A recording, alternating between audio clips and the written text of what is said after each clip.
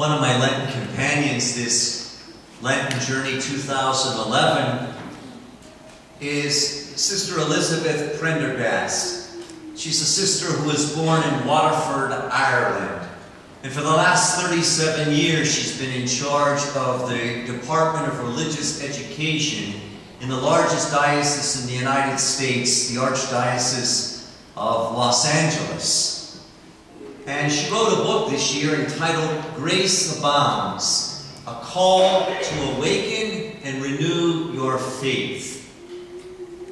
She's a poet, so I love poetry. She's a visionary. She's a catechist. She's a teacher. She lifted anchors from her homeland of Ireland. And for the last several decades, 40,000 people descend for a Congress every fall at Anaheim, California, to gather people of multiculturalism, multi-languages, multi-generations, to share the glory of the call of God. She has been a mediator, a visionary, one who has allowed voluminous light to enter the world universal because of her answering the call of God to follow Him. Whether it's Sister Prendergast or Abraham, Paul, Peter, James, or John, Moses, or Elijah, we are called by faith to see God's grace, His abundant grace in our story, in our life. She says that God continually touches human life every day, renewing us, transforming us, converting us in ordinary ways and extraordinary ways, through stories and sunsets, through surprises and sacraments, through seasons, a new season today at 7:21, from winter to spring. So I thought I would write in my spiritual diary this week some of the glimpses of glory that I experienced in my own journey by answering the call of God to be a priest. And I'm sure you can name your own graces in your own life this week. These were some of mine. I had 4 funerals here at St. Joseph's, and today I have 3 baptisms. Today at 1 o'clock, 200 people will be gathered at the Montour Country Club for the fashion show. Mike Clark couldn't come from WTAE because he's with High Lords out in California. We're Dancing with the Stars. So we have to settle for Shannon Perrine, huh? Very capable. We had a Lenten fish fry. I sat down with people who've been in this parish for 90 years, telling me the stories when Father Healy would stop at people's home to bring them to church on Sunday. There was a couple here who came for Stations of the Cross this week who've been married 67 years, almost 100 years of age.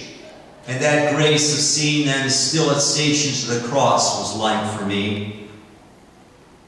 I was visiting my mom this week, and the girl was playing the piano with Irish songs, and then we'd go to the guitar, and Bishop Zubik's dad is next to me, and we're seeing all the landscapes of Ireland, and people frozen in their body were stirred by music. There was some of God's glory. 30 penitents came to the Sacrament of Reconciliation this week. 146 people came yesterday to celebrate our feast of St. Joseph.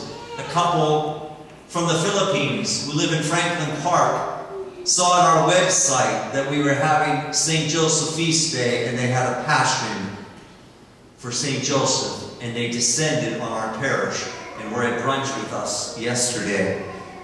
I got a call from the Pittsburgh Power on Friday afternoon to come and say a prayer before their game yesterday with the Iowa Barnstormers. By the way, we won 58-20, huh? Over 100 people came to Bible study this week. 50 people came for a meager meal to be concerned with those people on the margins in darkness. The St. Vincent de Paul Society.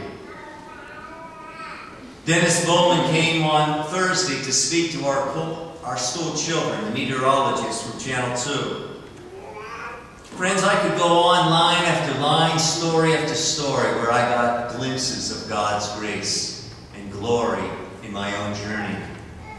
We have to look for them each day, friends, because if we don't look for the glory, we're going to look for the other side of the story. And that's the darkness of our humanity. And that's the weakness. That's the brokenness. That Jesus' disciples get a preview, a glimpse of the glory that they will one day share. Ultimate glory, ultimate beauty, ultimate happiness, eternal life. Today's first reading from Genesis, we hear Abraham, our father in faith. For the Muslims, for the Jews, and the Christians, he answers the call of God in the land of Ur. And God tells him, lift anchor at the age of 75. I have something new in store for you. Something you never dreamed about. Something you never imagined. And Abraham goes willingly, obediently, trustingly, and follows this call of God. And God gives him a plethora, a superabundance of grace, of progeny, descendants, and nations. And God blesses him in unexpected ways. Sometimes in our own life, we have to leave our own city. We have to leave our own country, our own comfort zones, to go to unknown paths, to encounter God. And I know it's not easy because we get so sedentary and so comfortable in the familiar, but our God is a God who is constantly spurring us to new challenges in the journey. You know, Abraham was willing and he was ready, and God gave him a superabundance of grace because he said yes. In Dr. Gregory Popcak's book of Catholic, A Lifelong Marriage, he says that in order to get to the vista view of the plateau, where you have a great vision, it takes 45 years of marriage.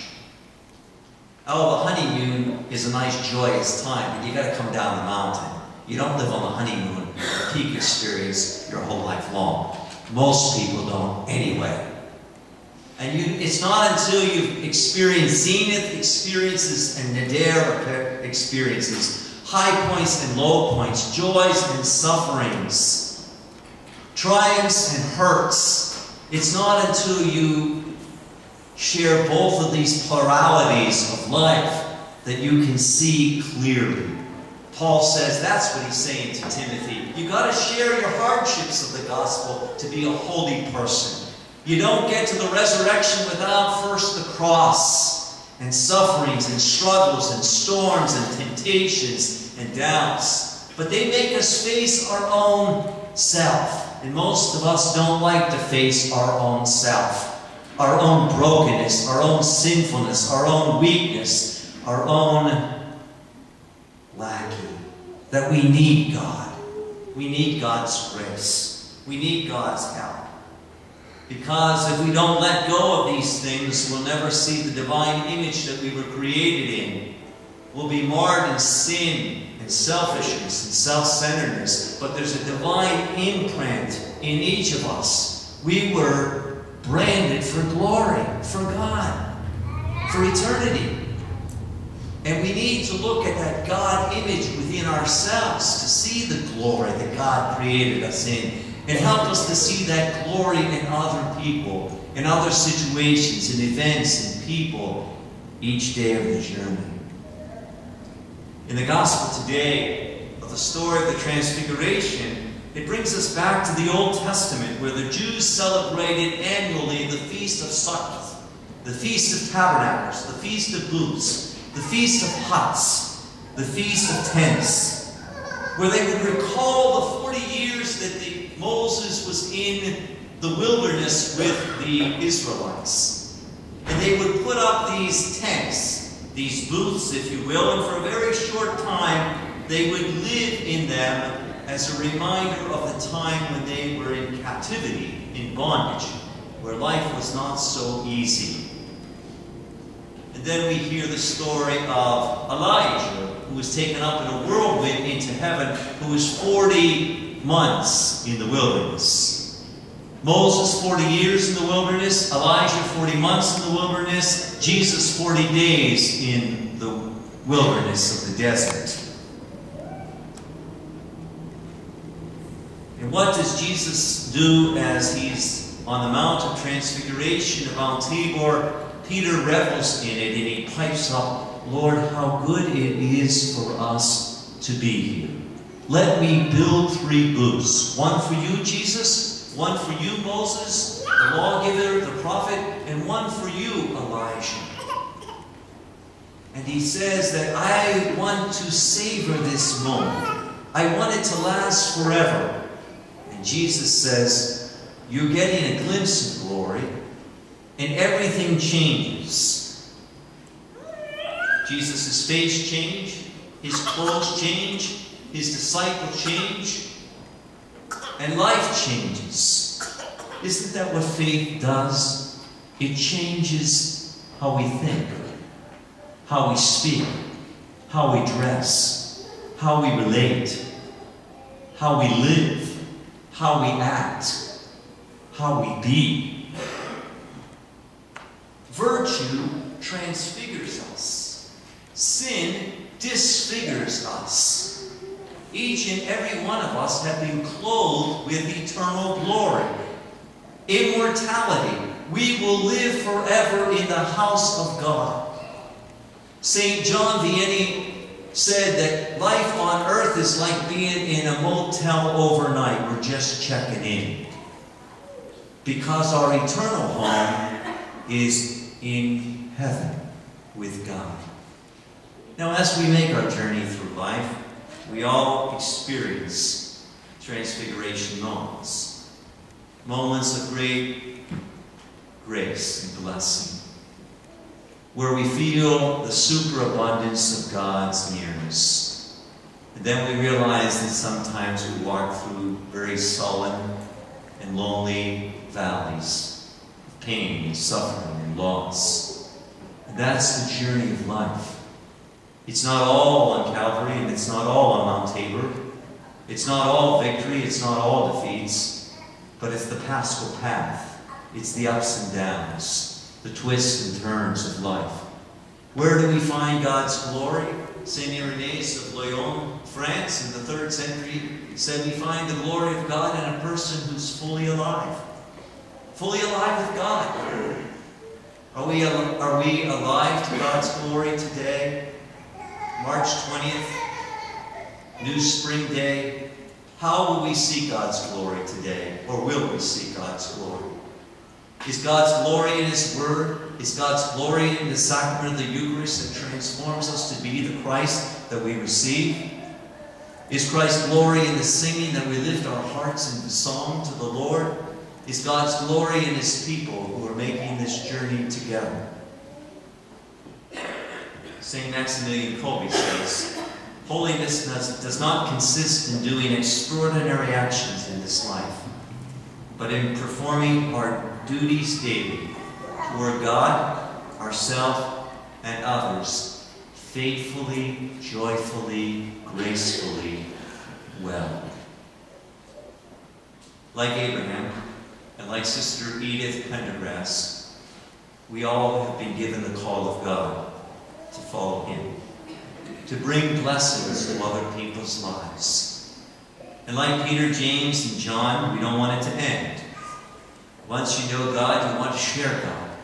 You want to bring His light and His grace to every place and every day and every person that you meet your whole life long. But sometimes Jesus will ask us to do some surprising things, to change.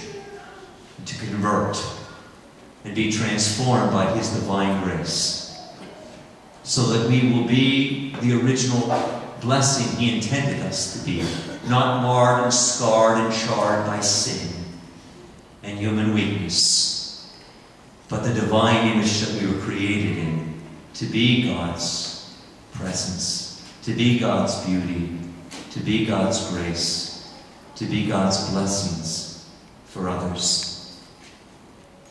And when our days are over, may we rejoice that our God called us from the beginning.